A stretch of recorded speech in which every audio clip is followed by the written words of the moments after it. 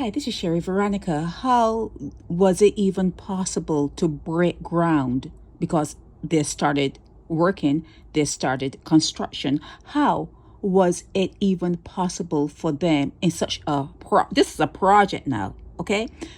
How did they do that without having title deeds in hand?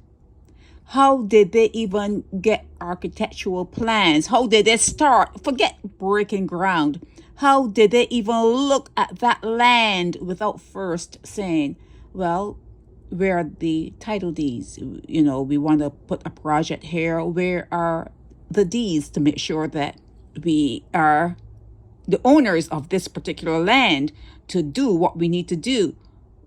How did it get started?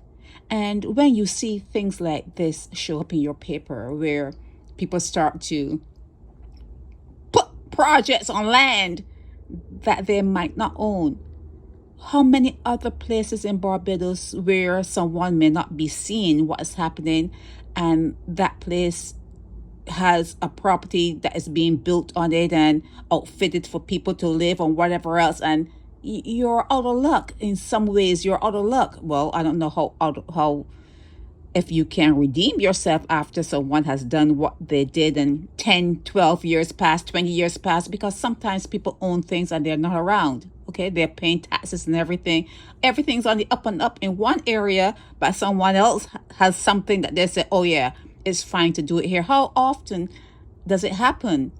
Because this should not have happened. The chairman of Hope Inc. should have known better. Okay? And when you take those plans to town and country planning, although they're not checking the title deeds, you are swearing that it's yours. Is there a court action that comes about after it's not yours?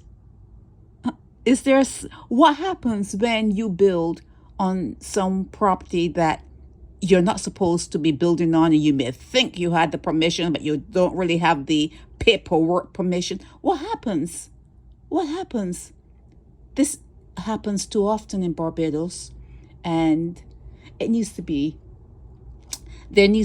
some way you can have someone penalized for doing this, okay? It has to be, because you cannot just erect all these structures and then leave it there and it gets grown over. Let's say that the person who owns it doesn't want to sell it, or you really cannot continue to build on there. Whose job is it to remove all of the structure and fill in the holes that you dug up? Who does that? Whose role is it to put the property back the way it was before you got there? Who would be responsible for that? And that will cost money to fill in and to take down and to cart away and to whatever. Who's responsible for that? This is Sherry Veronica, and you should have your say, okay?